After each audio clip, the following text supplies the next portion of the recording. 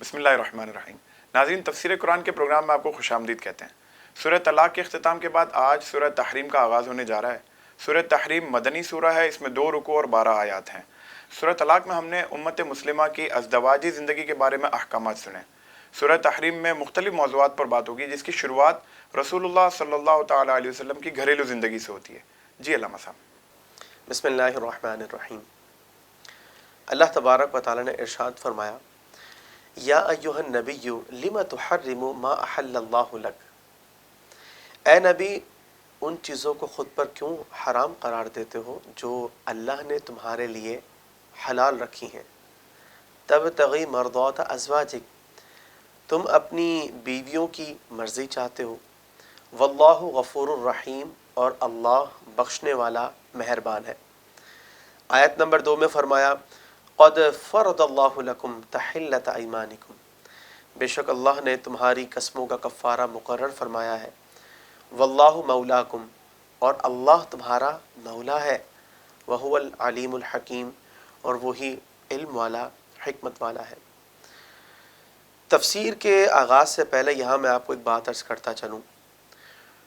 ہمارے وہ احباب جو فقط ترجمہ پڑھ کر قرآن پاک کا مفہوم اخذ کیا کرتے ہیں، میں ان سے گزارش کروں گا کہ 99.9% چانس ہیں کہ وہ صحیح نتیجے تک نہ پہنچ سکیں۔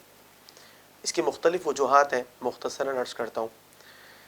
کفار مکہ جو کہ عربی کے اندر اتنی مہارت رکھتے تھے کہ وہ اپنے آپ کو عرب اور دوسروں کو عجم کہتے تھے، یعنی خود کو بولنے والا اور دوسروں کو گونگا سمجھتے تھے، وہ یہ کہتے تھے کہ بولنا ہمیں ہی آتا ہے۔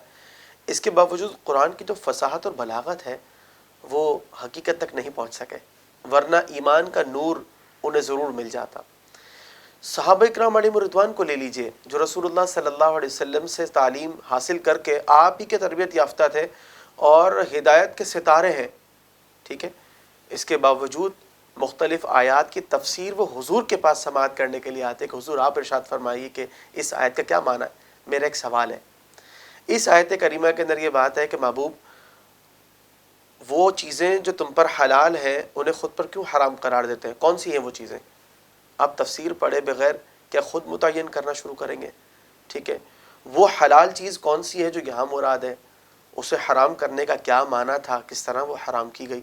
تو ایک پس منظر ہے، ایک بیک گراؤنڈ ہے، تو وہ تفسیر کے بغیر نہیں سمجھا جا سکتا۔ اللہ تبارک و تعالیٰ خالق کائنات ہے، کیا اس کے کلام کے اندر کوئی اسرار و رموز نہیں ہوں گے کہ ہم اپنے طور پر ہی سمجھنے کی کوشش کر رہے ہیں؟ دیگر چھوٹی سے چھوٹی بک بھی جو ہے اگر صحیح سمجھنا چاہیں تو بہترین ٹیچر کا انتخاب کرتے ہیں، مشورہ کرتے ہیں۔ یہاں ہمیں کیا ہو جاتا ہے کہ ہم اس بات کو بنیاد بنا کر کہ جناب قرآن آسان ہے، لیکن اس کا یہ مطلب تھوڑی ہے کہ آپ اپنے طور پر سمجھنا شروع کر دیں اور اللہ تبارک و تعالیٰ کا جو مقصود ہے آیات کے اندر خود متعین کر دیں۔ یہ قابل غور بات ہے، ہر فرد کو جو ہے قرآن پاک سمجھنے کے لیے بہترین اساتذہ کا انتخاب کرنا چاہیے اور تفسیر کی روشنی میں سمجھنا چاہیے۔ یہ جو آیت کریمہ ہے اس کے پس منظر میں 2 واقعات ہیں۔ ایک واقعہ تو وہ ہے جسے امام بخاری اور امام مسلم نے اپنی صحاح کے اندر بیان فرمایا، اور دوسرا واقعہ اسے بھی مفسرین نے بڑی اہمیت دی ہے، یعنی دونوں اپنے اپنے مقام پر جو ہے ان کے حوالے سے کئی روایات ہیں۔ پہلا واقعہ یہ ہے جو کہ بخاری اور مسلم کے اندر ہے۔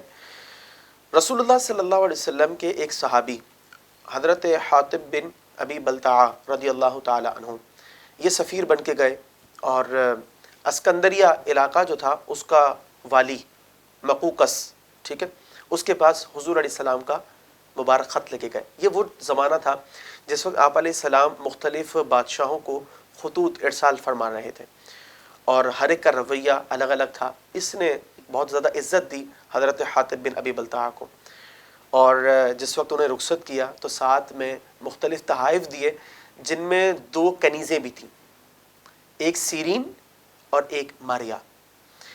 رسول اللہ صلی اللہ علیہ وسلم کے پاس جب سیدنا حاطب بن ابی بلتعہ پہنچے تو انہوں نے سارا واقعہ بتایا۔ آپ نے جو سیرین تھیں ان کو دے دیا حضرت حسان بن ثابت رضی اللہ تعالیٰ عنہ کو، وہ آپ کی نعت پڑھا کرتے تھے، اور ماریا جو تھیں ان کو آپ علیہ السلام نے اپنے حرم میں داخل فرمایا، اپنی زوجیت کا شرف بخشا۔ اب ہوا اس طریقے سے کہ آپ علیہ السلام کے ازواج کی باریاں ہوا کرتی تھیں۔ ایک مرتبہ باری تھی سیدتنا حفصہ رضی اللہ تعالی عنہا کی، امیر المؤمنین سیدنا عمر فاروق رضی اللہ تعالی عنہ کی آپ شہزادی ہیں. تو حضور علیہ السلام آپ کے یہاں جب تشریف لائے تو آپ کے آنے کے بعد انہوں نے اجازت مانگی کہ سیدنا فاروق اعظم رضی اللہ تعالیٰ عنہ کی طبیعت خراب ہے تو والد صاحب کے میں عیادت کر کے آ جاؤں. آپ نے اجازت مرحمت فرمائی.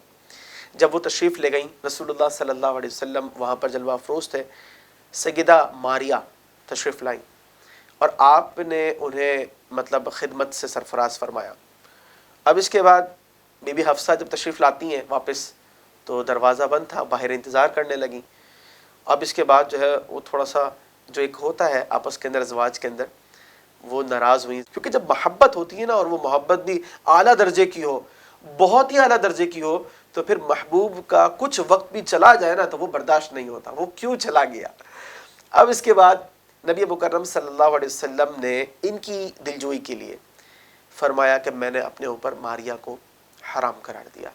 آیت کا نزول ہو گیا کہ اے نبی آپ اس چیز کو کیوں حرام قرار دیتے ہیں خود پر جو اللہ نے آپ کے لیے حلال رکھی ہے. ایک تو یہ واقعہ.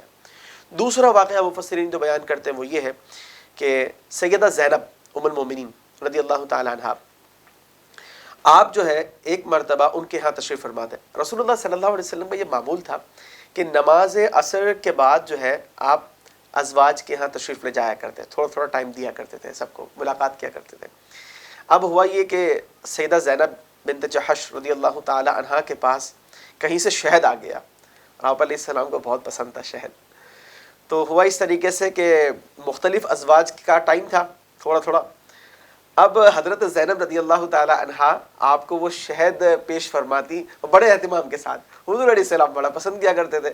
اب ظاہر سی بات ہے کہ جب وہ شہد پیش فرما رہی ہیں اور اس کے بعد آپ علیہ السلام اسے تناول کر رہے ہیں، شہد پی رہے ہیں، ٹھیک ہے، تو اس میں تھوڑا سا ٹائم لگتا تھا. اور وہ جو ٹائم تھا دیگر ازواج کا تھوڑا تھوڑا ٹائم بھی جا رہا تھا، لیکن وہی والی بات ہے کہ حضور سے اتنی محبت، اتنی الفت اور ایک ایسا مطلب پیار جو ناقابل بیان، ٹھیک ہے. تو اب انہیں بالکل برداشت نہ ہوا کہ یہ وقت ہمارا کیوں وہاں جا رہا ہے. سیدہ عائشہ ام المومنین رضی اللہ تعالی عنہا اور بی بی حفصہ رضی اللہ تعالی عنہما نے یہ ایک پلان بنایا کہ جب رسول اللہ صلی اللہ علیہ وسلم تشریف لائیں گے نا، اب تو کافی ٹائم یہ زینب بنت جحش رضی اللہ تعالی عنہا کے ہاں آپ علیہ السلام کا ہوتا ہے، تو اب جو ہے نا ہم نے کچھ پلان کرنا. وہ پلان یہ بنایا کہ حضور جب تشریف لائیں گے نا تو انہیں کہیں گے، آپ علیہ السلام سے عرض کریں گے کہ مغافیر استعمال فرمایا. مغافیر اصل میں عرفتہ نام کا ایک درخت ہے جس کے اندر گوند ہوتی ہے، ٹھیک ہے، اور اس گوند کے استعمال کے بعد جو ہے نا کچھ اسمیل سی آتی ہے، ٹھیک ہے، نامناسب اسمیل. اب وہ جو اسمیل تھی نا آپ علیہ السلام کو بالکل ناپسند تھی وہ، ٹھیک ہے. نبی مکرم صلی اللہ علیہ وسلم سے جب پہلے سوال کیا گیا، اب سیدہ عائشہ یا بی بی حفصہ رضی اللہ تعالی عنہما میں سے کسی ایک کے پاس جب تشریف لائے، انہوں نے کہا یا رسول اللہ آپ نے مغافیر استعمال فرمایا. تو آپ نے فرمایا نہیں، میں نے تو شہد پیا ہے. ٹھیک. اس کے بعد جب وہاں سے فارغ ہوئے دوسری ام المومنین رضی اللہ تعالی عنہا کے پاس تشریف لائے، وہاں پر بھی یہی معاملہ. تو پھر آپ نے فرمایا کہ میں اب شہد جو ہے نا وہ اپنے اوپر حرام کرتا ہوں، میں ان کے ہاں شہد نہیں پیوں گا، تم نے بتانا نہیں. یہاں میں آپ کو ایک مسئلہ بتاؤں، جب کوئی شخص کسی چیز کو خود پر حرام قرار دے تو بیسیکلی یہ ایک یمین ہے، قسم ہے، ٹھیک ہے. اور اگر وہ قسم توڑ دیتا ہے کسی شرعی وجہ سے تو پھر اس قسم کا کفارہ ہوگا. رسول اللہ صلی اللہ علیہ وسلم نے جب اپنے اوپر اس کو اس طرح حرام فرمایا، آیات کا نزول ہوا اور اس میں بتا دیا گیا لِمَ تُحَرِّمُ، آپ کیوں حرام فرماتے ہیں خود پر. اور اسی طریقے سے ایک اور مسئلہ بڑا اہم ہے، کسی شخص نے اپنی زوجہ کو خود پر حرام قرار دیا، ٹھیک ہے. اب یہاں پر دو صورتیں، اگر اس کی طلاق کی نیت نہیں تھی تو فقط اس قسم کا وہ کفارہ دے گا، اور اگر طلاق کی نیت تھی، ایک طلاق کی نیت تھی تو ایک طلاق بائن پڑے گی، ٹھیک ہے. اور یعنی اب اس کے بعد نکاح کرنا پڑے گا نئے سرے سے.